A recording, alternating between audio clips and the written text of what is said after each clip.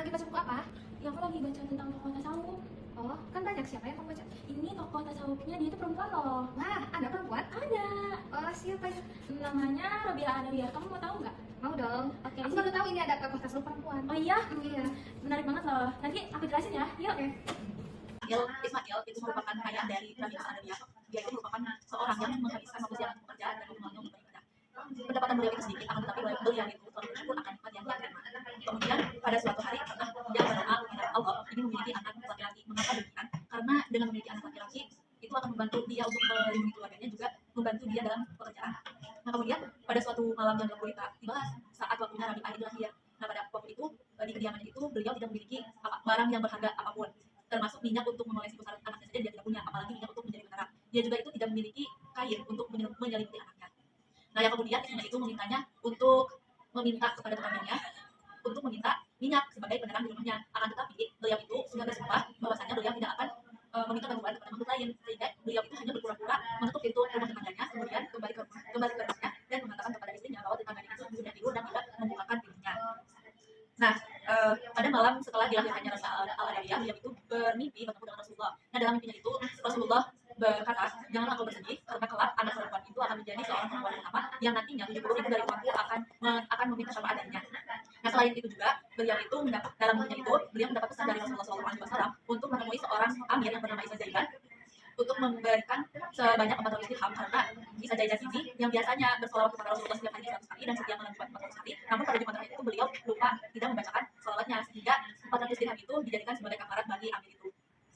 Nah kemudian setelah itu bangunlah Ismail ini dari tidurnya dan menangis, dan kemudian beliau segera pergi ke tempat yang disebutkan oleh Rasulullah dan mengirimkan suratnya. Nah setelah mengirim surat lewat pengantar surat, Isa Jaidan itu berkata, berikanlah kepadanya sebanyak 2.000 dinar karena dia telah mengingatkan saya akan. Nah kemudian setelah itu Ismail bangun dari tidurnya dan kemudian menulis surat sesuai apa yang diberitakan Rasulullah, dan kemudian memberikan surat itu melewati pembawa surat yang kemudian dibaca oleh amir tersebut.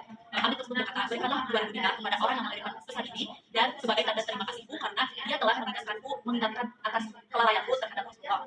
Kemudian amir itu memerintahkan supaya Ismail ini datang kepadanya. Akan tetapi amir ini berpikir bahwasanya hal itu tidak pantas, sehingga beliau yang akan datang sendiri kepada Ismail, yang kemudian dia akan merusak penderitaan Ismail ini dengan jenggotnya.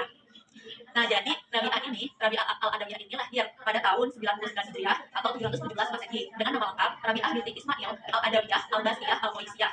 Nah beliau itu lahir di sebuah perkampungan dekat kota Basrah dan wafat di tempat itu juga pada tahun 185 Hijriah atau 801 Masehi. Boleh dilihat lagi.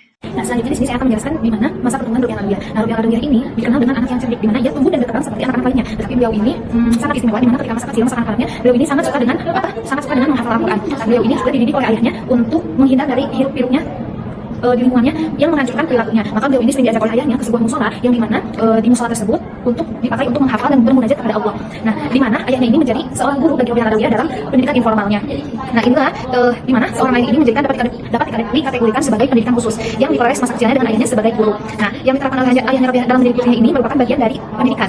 Kondisi kehidupan keluarga Robiah ini yang soleh dan juga terhindar dari pengaruh-pengaruh lingkungan yang dapat merusak akhlaknya. Selanjutnya, pada abad kedua Hijrah ini muncul kota Irak berubah menjadi negara kemajuan, di mana di kota ini banyak bangunan-bangunan yang dibangun untuk pelacur atau mabuk-mabukan. Nah, di samping itu semua ada sebuah keluarga fakir yang tidak mempunyai apa-apa, di mana pekerjaan sehari-hari mereka yaitu menyeberangkan orang antara dua tebing hijrah. Nah, orang ini sangat bertakwa dan tersingkir dari sifat duniawi. Nah, keluarga ini disebut dengan Al-Abid, di mana Al-Abid ini adalah ayahnya Robiah Adawiyah, yaitu Ismail, yang merupakan di mana ayah Robiah ini sangat suka beribadah dan juga sangat bertakwa kepada Allah. Nah, kota Basrah yang menjadi kota segala bangsa dalam aliran ini telah menjadi banyak pertentangan antara dua aliran dengan aliran lainnya. Golongan ini adalah golongan Khawarij dan juga Syiah. Pada abad ini juga terdapat banyak pemberontakan atau pertumpahan darah ini, dan juga dikisahkan pada abad ini Robiah Adawiyah itu terpisah dari saudara-saudaranya, di mana yang ketiga saudara itu. Nah, setelah beliau ini terpisah dari ketiga saudaranya, beliau ini diangkat budak oleh Mawali Al-Atiq yang berasal dari kaum Mawali Al-Atiq. Nah, masih ada hubungannya dengan Bani Adwa. Nah, tuan Robiah Adawiyah ini sangat-sangat kejam, di mana tuannya ini memperlakukan semua budak-budaknya tidak berperik kemanusiaan. Nah, tetapi beda dengan Robiah Adawiyah, di mana Robiah Adawiyah ini semasa beliau menjadi budak, beliau ini pada siang hari beliau bekerja, banting tulang, tetapi pada malam harinya beliau bermunajat kepada Allah dan beribadah kepada Allah. Nah, banyak musibah-musibah yang dialami oleh Robiah Adawiyah, tetapi tidak mengurangkan rasa kecintaan beliau terhadap Tuhannya. Beliau tetap beribadah kepada Allah, tetap meminta pertolongan kepada Allah dalam segi hal apapun. Nah, pada suatu malam tuannya ini terbangun dan mendengar suara rintihan, di mana dari celah-celah kamar tuannya ini melihat Robiah sedang beribadah, dan juga beliau merasa takjub apa yang dialami oleh Robiah ini. Maka ketika besokannya Robiah ini dipanggil oleh tuannya dan juga dibebaskan. Nah, dikisahkan juga Robiah ini menerima pinangan-pinangan dan juga pelanggaran-pelanggaran dari para tokoh agama maupun para pemerintah, yang diantaranya ada menurut kisah yang saya baca ada Hasan Al-Basri, di mana beliau ini meminang melamar Robiah Al-Adawiyah, tetapi Robiah menolaknya. Nah, termasuk kelamaran dari seorang Amir Al-Basriyah dari Basro tahun 145 Hijriah yang meninggal pada 170 Hijrah, yakni Muhammad bin Sulaiman Al-Hashimi, yang mengajukan mahar perkawinan sebesar 100.000 dinar dan menulis surat kepada Robiah bahwa ia memiliki gaji sebanyak 10.000 dinar tiap bulan, dan beliau ini akan memberikan semua gajinya kepada Robiah Al-Adawiyah. Nah, sebelumnya ketika beliau ini dijual sebagai budak, beliau ini dibeli dengan harga 6 dirham. Mungkin hanya itu. Proses mahabbah Robiah Adawiyah, sebagaimana yang kita tahu, Robiah Adawiyah adalah pelopor dari konsep mahabbah itu sendiri. Mahabbah merupakan salah satu makom dalam tasawuf, yaitu makom untuk mencapai hakikat spiritual atau hakikat kepada Tuhannya. Nah, dalam proses menuju mahabbah ini, Robiah Adawiyah itu memiliki paham yang sama dengan masyarakat kebanyakan, yaitu paham yang dianut oleh Hasan Al-Basri, di mana ketika umat muslim itu beribadah karena takut kepada surga dan juga nerakanya. Namun seiring berjalannya waktu, Robiah Al-Adawiyah ini memiliki pemahaman yang sedikit berbeda dengan masyarakat kebanyakannya, yaitu bukan beribadah takut kepada surga dan juga neraka, melainkan beribadah itu takut kepada Sang Pencipta surga dan juga neraka itu sendiri, yaitu Allah Subhanahu wa taala. Nah, selanjutnya kita akan membahas mengenai makom-makom atau tahapan-tahapan yang Robiah Adawiyah lalui hingga mencapai kepada tingkat mahabbah atau ma'rifatnya. Untuk makom yang pertama adalah makom tobat. Nah, tobat itu sendiri memiliki arti kembali, di mana memiliki 3 tingkatan.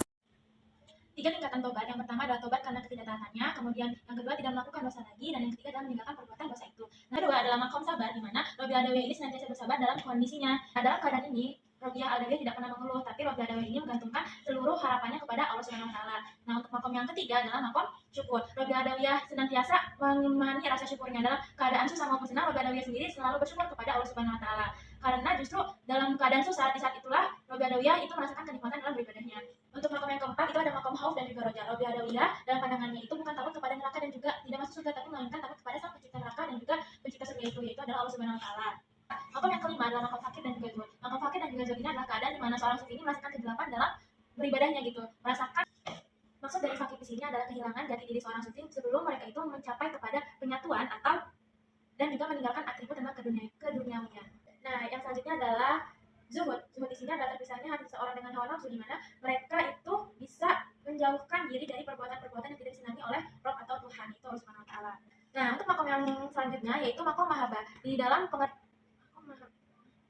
mahabbah itu terdapat 3 unsur, yaitu unsur ridho, syauq, dan juga uns.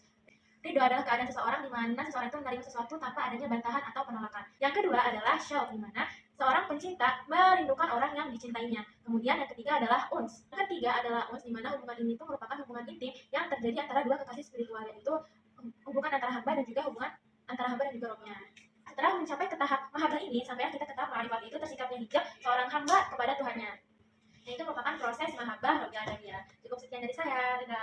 Baik, di sini aku akan menjelaskan tentang pemikiran Robiah Al-Adawiyah. Robiah Al-Adawiyah adalah sufi perempuan yang terkenal sebagai pelopor tasawuf masafi dengan konsep mahabbah ilahi kepada Allah. Ia berbeda dengan kebanyakan sufi lainnya karena menempatkan zuhud sebagai tahap awal perjalanan spiritual, bukan taubat. Baginya, taubat adalah hasil dari kehendak Allah, sedangkan zuhud mencerminkan penolakan terhadap dunia dan segala daya tariknya. Ada 3 tahapan spiritual Robiah Adawiyah. Yang pertama yaitu zuhud, penolakan terhadap dunia dan fokus sepenuhnya pada Allah. Yang kedua yaitu ada ridho, penerimaan terhadap ketentuan Allah dengan ikhlas dan berbaik sangka. Yang ketiga yaitu ada ihsan, yaitu ibadah seolah-olah melihat Allah atau merasa selalu diawasinya. Nah, setelah melalui ketiga dapat mencapai tingkat kebahagiaan atau cinta sejati kepada Allah. Nah, konsep cinta Robiah Adawiyah dibagi menjadi 2, yaitu ada yang pertama hub al-hawa, yaitu cinta diri karena selalu ingat kepada Allah. Yang kedua yaitu hubun ilai ahun, cinta murni kepada Allah tanpa pamrih, bukan karena surga atau neraka, melainkan karena Allah layak dicintai. Robiah memandang cinta kepada Allah sebagai cinta tanpa pamrih yang mengesampingkan segala sesuatu selainnya. Ia tidak menikah karena ingin menjaga hati dan pikirannya hanya untuk Allah. Menurut Robiah, cinta sejati kepada Allah adalah fitrah manusia yang harus diarahkan pada pengabdian sepenuhnya tanpa mengharapkan imbalan. Cinta bagi Robiah Alawiyah adalah jalan peninggalan diri yang membawa kedamaian jiwa dan memungkinkan penyatuan dengan Allah Sang Kekasih. Ia mengajarkan bahwa hanya melalui cinta yang tulus dan tidak bersyarat inilah Allah dapat menyatakan keindahannya secara sempurna. Adapun syair yang terkenal dari Robiah Alawiyah yaitu bunyinya, aku mencintaimu dengan dua cinta, cinta karena hasrat diriku kepadamu dan cinta karena hanya engkau yang memilikinya. Dengan cinta hasrat aku selalu sibuk menyebut namamu, dengan cinta karena dirimu saja dan tidak yang lain. Karena aku berharap engkau singkapkan tirai wajahmu agar aku bisa menatapmu. Tak ada puja-puji yang ini atau yang itu, seluruh puja-puji hanya untukmu saja. Itu adalah salah satu syair yang terkenal yang dituliskan oleh Robiah Alawiyah. Sekian dari saya. Terima kasih. Assalamualaikum warahmatullahi wabarakatuh. Jadi Rabiah Al-Adawiyah ini merupakan ibu dari para sutras setelahnya. Pandangan-pandangan yang telah dia kemukakan itu terus diajarkan oleh para sufi besar sampai saat ini. Salah satu pandangan yang cukup fenomenal, beliau ini mengemukakan tentang mahabbah. Mahabbah itu adalah konsep cinta yang murni kepada Allah tanpa syarat. Nah, Robiah ini memperkenalkan pandangan tersebut melalui syair-syairnya. Lalu kemudian konsep mahabbah ini telah menjadi ajaran inti dari tasawuf sampai sekarang. Nah, sebagai seorang sufi besar, Robiah ini telah memberikan banyak kontribusi yang berharga dalam perkembangan tradisi tasawuf. Pandangan spiritual yang beliau ajarkan itu masih terus hidup sampai sekarang dan masih terus diajarkan secara turun-temurun oleh para sufi-sufi setelahnya. Konsep mahabbah tadi atau cinta yang murni kepada Allah itu kan telah menjadi inti di ajaran Robiah. Nah, kenapa sih bisa kayak gitu? Jadi si konsep ini itu banyak menginspirasi para sufi dan juga mempengaruhi kepada perkembangan mistisme Islam. Robiah dianggap sebagai tokoh penting dalam memperkenalkan cinta kepada Allah dalam ajaran tasawuf. Para ulama itu melihat Robiah sebagai tonggak penting dalam orientasi emosi dari takut kepada Allah menjadi cinta yang mendalam kepada Allah. Sebagai guru dan penuntun kehidupan sufi, ajaran serta puisi atau syair-syair dari Robiah itu banyak dijadikan pegangan oleh para sufi sesudahnya, seperti misalnya Abu Thalib Al-Baki atau As-Suhrawati dan sebanyak lagi. Nah, Robiah itu tidak hanya dikenal karena kesuciannya, tapi juga karena kecintaannya mendalam kepada Allah. Pandangan spiritual yang diajarkan itu menjadi pegangan yang kuat bagi pengembangan pemikiran sufi di masa mendatang. Ajaran-ajaran Robiah Al-Adawiyah ini terus hidup dalam ajaran tasawuf hingga saat ini yang menjadi pilar utama dalam spiritualitas sufi.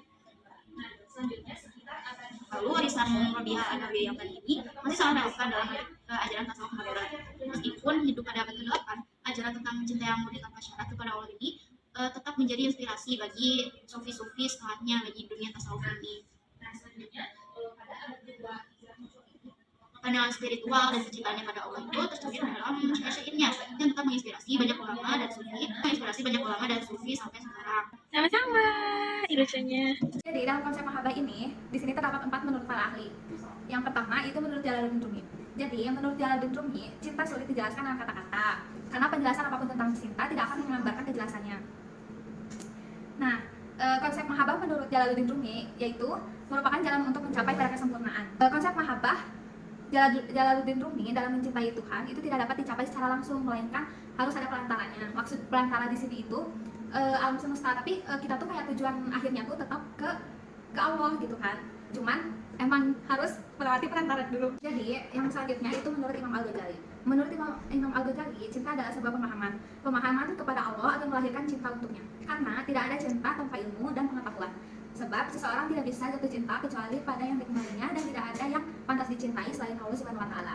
Nah, yang ketiga itu menurut Sahal Al-Tustari. Menurut Al-Tustari, mahabbah adalah keselarasan hati dengan Allah.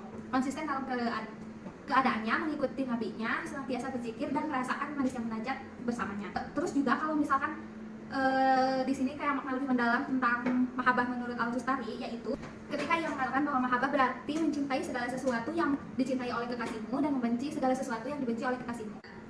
Jadi di sini yang terakhir itu ada Syekh Zulfikar Ahmad. Menurut Syekh Zulfikar Ahmad, mahabbah adalah sebagai keadaan hati di mana seseorang pecinta merindukan pertemuan dengan kekasih. Terus juga mahabbah juga bisa disebut rasa sayang sangat mendalam, yakni keinginan seorang pecinta untuk bertemu dengan kekasih karena kerinduannya yang luar biasa. Hatinya itu menolak untuk tertarik kepada hal lain, hatinya itu hanya bisa tertarik kepada Allah Subhanahu wa taala. Terima kasih, sekian dari saya. Jadi gimana teman-teman? Udah paham kan tentang Robiah Al-Adawiyah? Jadi sekian dari kelompok kita. terima kasih sudah mendengarkan. Terima kasih. Assalamualaikum warahmatullahi